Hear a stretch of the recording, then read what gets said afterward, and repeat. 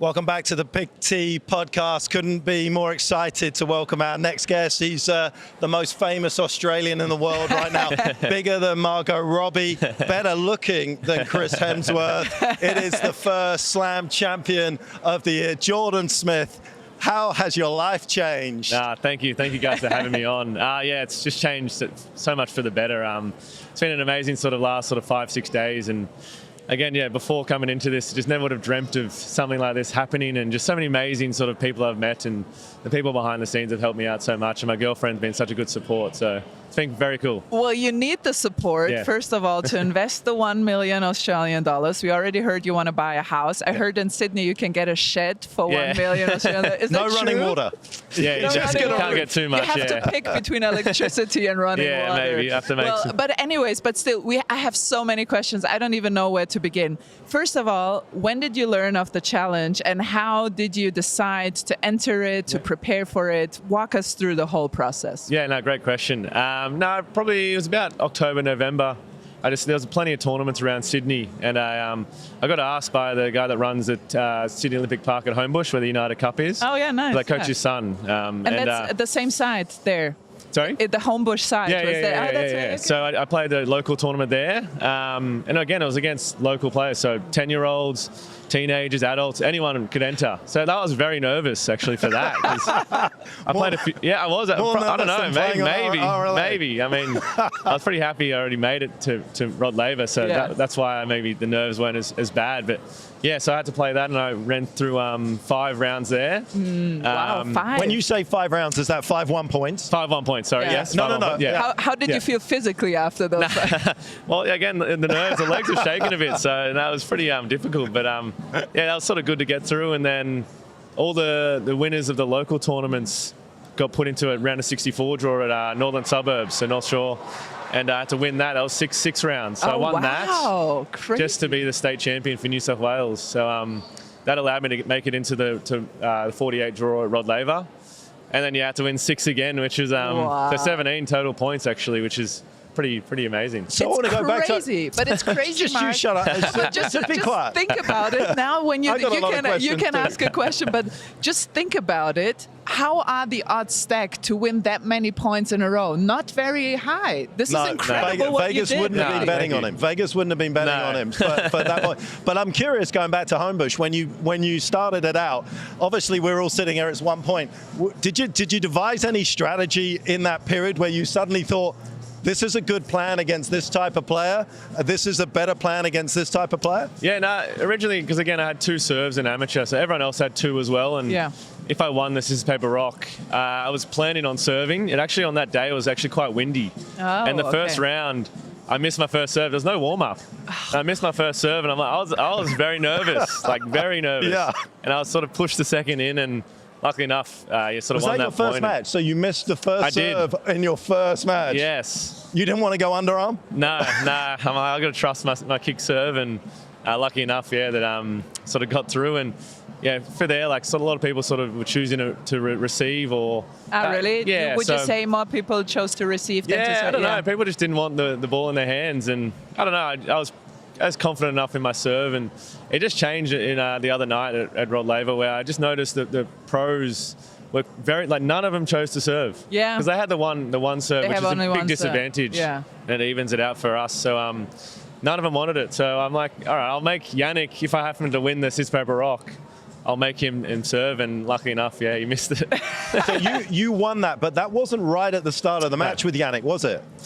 Sorry, was it right at the start of the match? Didn't he have a lot to think? Yeah. So after my second round, we sort of did it straight away, off screen, and I think he had probably 10-15 minutes to think about it, and Yeah, it seemed like he sort of psyched himself out a little bit. Have you changed your motion in the off-season? No. Your rhythm looks a little different. Well, you know what? I was worried for you, Jordan, because I had seen the first... So first of all, me and Laura Robson, one of my beloved friends and colleagues, we snuck into the photographer's pit with gummy snakes and peppermint tea, and we were the biggest fangirls. We were screaming, we were laughing, we were crying, and I felt nervous for you, Jordan. The reason was because Yannick played an amazing playing first point. He was one of the few pros who was going for it, who went for a serve, who was just ripping forehands. So when you walked out with your big smile, I was like, ooh, I don't know how long that smile will last. And then Yannick missed the serve into the net. And Laura and me, we fell behind the photographers, dying of laughter. It was such a great event.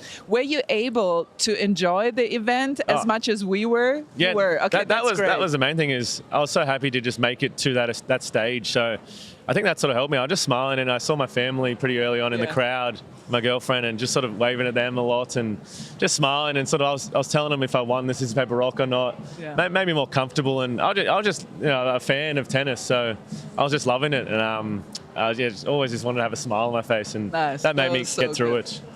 When the ball went out, what was the first thought that went through your mind?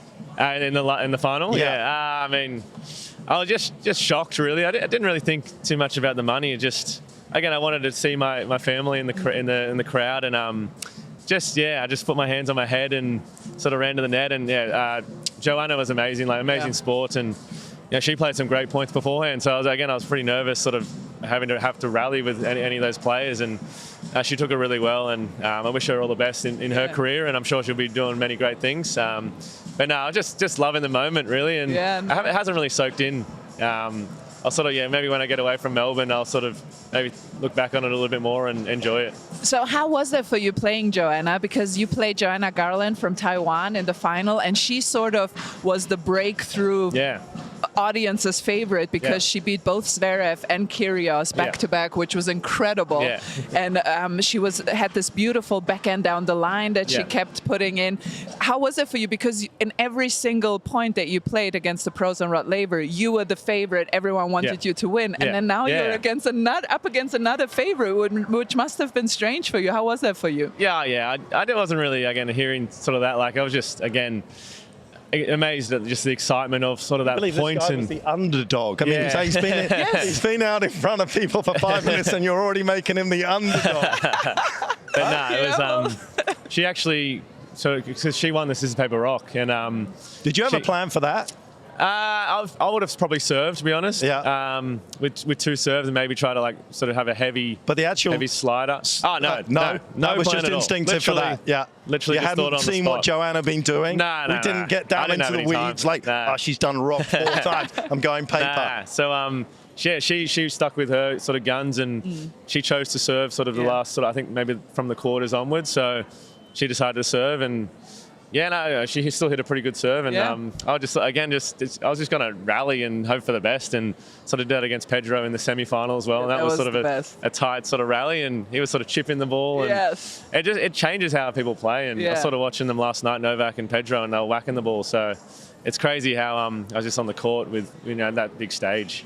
Yeah, there was a lot of the draw last night that would have liked to have just played 1 point against Novak, and that's it. He was awesome. Oh, he was awesome. Wasn't he awesome last night? I mean, honestly, it was. I mean, what a joy for you. Obviously, you've been, apart from Andrea, who is the most famous person you've met subsequent to your win? And apart from me, who's your biggest fan? That's also a question. I've met some amazing people. I had dinner with Rod Laver last night. Wow. Which is insane, incredible. And I have to talk to Federer as well, which was just a lifelong dream, a bucket list moment. We got a nice photo, so I'm definitely going to frame that and put that up. And it was so lovely. We gave us 15, 20 minutes, and just loves the game. And he was just talking about the event, and he actually said he couldn't figure out the TV to watch it live. So he said he watched the highlights sort of straight away after, so on YouTube. So no, it was so great to my girlfriend. Was that Roger? Yeah, Roger. Roger's got. He can't do something. You get a worldwide exclusive here on Big T. Roger did something wrong. The guy's been hitting the back of the net for 4 decades. Yes, and he doesn't know how to turn on the TV. Is the skin still perfect? What's with his skin? I don't know. I don't understand it. Yes. Okay, good. So his skin is still perfect. Yes. 1 point slam. I mean, obviously, because you're the reigning champion, you're going to potentially get wild cards going forward. Would you love to see it rolled out at the other majors? Oh, 100%. People have sort of been talking about it, and it was a huge success. So I think a lot of the pros sort of, I heard Fritz sort of was wanting to play. I think Kachanov was wanting to play as well, he mentioned. So I think, definitely. I think it's should be definitely used for the other slams, and hopefully it continues for many years. Yeah, And, I'm lucky enough to be the first of the one. You will now be the yeah. 1 point legend Yeah. for all your life because you were the first Crazy, one. Nobody crazy, can take that incredible. away from you. It's life-changing in terms of obviously money, exposure. Yeah.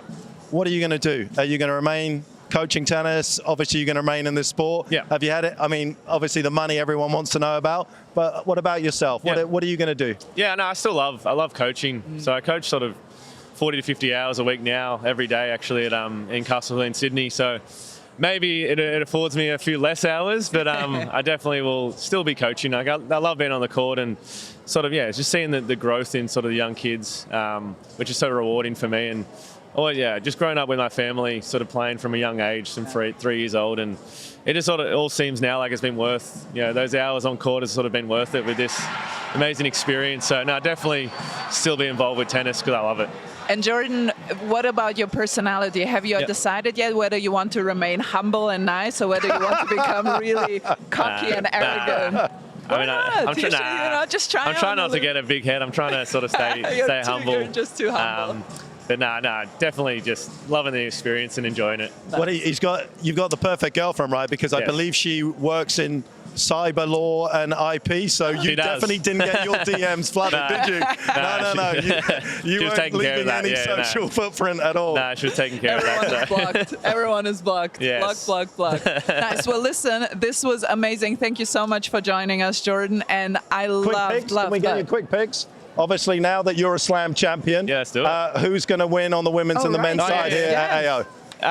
Iga I watched her last night, but even in the 1 point, she was impressing me with how she was, again, ripping the ball. Yeah, she was, her and Yannick were the one. Yeah, exactly, yeah. So, yeah, she's going to be tough to beat. She had a tough one last night, but she'd be tough to beat. I love sort of Belinda Bencic as well. Belinda Bencic. She sort of embraced me a little bit when Roger introduced me to her, actually, and she was so happy and sort of nervous for me and loving it. So I hope she does really well. She's playing great from sort of United Cup. Yeah. It's hard to go past sort of Carlos and Yannick, so that'd be pretty cool to see them in the final. Maybe sort of hopefully Demonor as well, just an Aussie sort of. Hopefully he can sort of make it to the back end of the tournament. So I wish him all the best. Yeah, nice. Mark, I won't lie. It's the best time I had around the tennis. Awesome. Was the 1 point slam. And when I say me and Laura were dying, I really mean it. We were on the floor, we were laughing, we were crying. It was the best. And thank you so much for this moment that you gave all of us tennis fans. And what I loved about a 1 point slam is that in tennis, sometimes there is this separation between the pros and the amateurs, and they can't play together, and it's no fun. But this showed that it is fun, that it's a tennis community coming together, and you winning was just the cherry on the top of the cake. And thank you for this experience. I appreciate it. No, it was amazing to see because, again, with grassroots, I could never dream of being on the court with some of those amazing players and celebrities as well. And that's what, that was so great to see, is the pros are really getting into it and getting nervous and tense and serious and all those different emotions. So I think hopefully it continues on for years to come, and maybe at the other Grand Slams as well. Jordan, thanks for your time. They'll be glad that you're not on the court competing with them now. You've got their number. Different levels, so I want to be a fan now. But they don't have your mental strength. There you go. So, I appreciate it. Thank you guys for having me. Good luck for the future. Thank you.